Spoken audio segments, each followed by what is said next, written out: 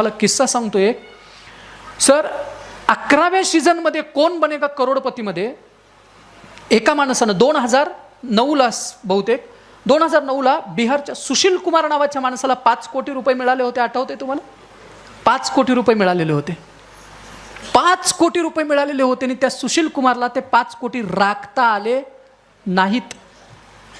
कोण बनेगा करोडपतीच्या 5 कोटीचा सुशील कुमार सगळे पैसे जाऊन व्यसनाधीन बनला. आणि आत्ता एक कोण बनेगा करोडपतीचा एक कार्यक्रम झाला. त्या कार्यक्रमामध्ये एका युनिव्हर्सिटीचे प्रो चान्सलर सर समोरच्या सीटवर बसले होते. अमिताभ बच्चनने त्यांना प्रश्न विचारला. त्या प्रश्नाचं उत्तर दिल्यानंतर त्यांना 3 लाख रुपये काय होणार होते? मिळणार होते. आणि कुठलीही त्यांनी हेल्पलाईन न वापरता जर बरोबर हेल्पलाईनच्या अगोदर जर प्रश्नाचं उत्तर दिलं तर काहीतरी 6 लाख दुप्पट ती किंमत होणार होती. 6,20,000 रुपये त्यांना मिळणार होते.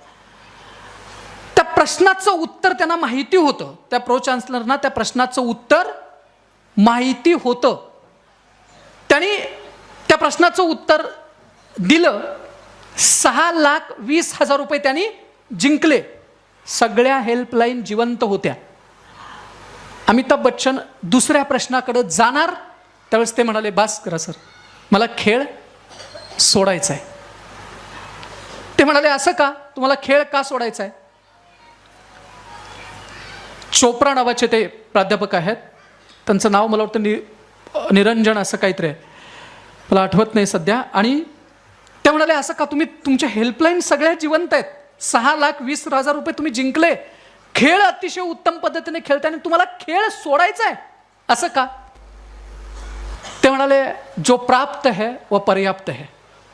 जे मिळालंय ते आनंदाचं आहे आणि सुखाचं आहे. ते असं म्हणाले की मी एपीजे अब्दुल कलामांच्या बरोबर मी काम केलंय. मी त्या प्रोजेक्टमध्ये होतो आणि मी कलाम साहेबांचं आयुष्य सगळं बघितलंय. त्यामुळे जे प्राप्त आहे व पर्याप्त आहे. आणि त्यांनी पुढचं वाक्य असं म्हणाले, मी खेळ सोडतोय याचं कारण असं, पाठीमागं अनेक तरुण मुलं मुली बसलेत खेळण्यासाठी. कदाचित एखाद्या व्यक्तीला त्याच्यातल्या गरज असेल पैशाची त्याच्यातल्या आणि ते त्याला मिळावेत. त्यांनी खेळ सोडला, ते बाजूला गेले. पुढचा अमिताभ बच्चननी खेळ सुरू केला आणि प्रश्न विचारला, दादांनो, हॉट सीटवर जी मुलगी आली ना, ती मुलगी वडिलांनी आईला मुलगा झाला नाही म्हणून घरातनं बाहेर काढलेली मुलगी, आश्रमात राहणारी मुलगी खेळायला सीटवरती आली. खरं सांगू, जो प्राप्त है व पर्याप्त है.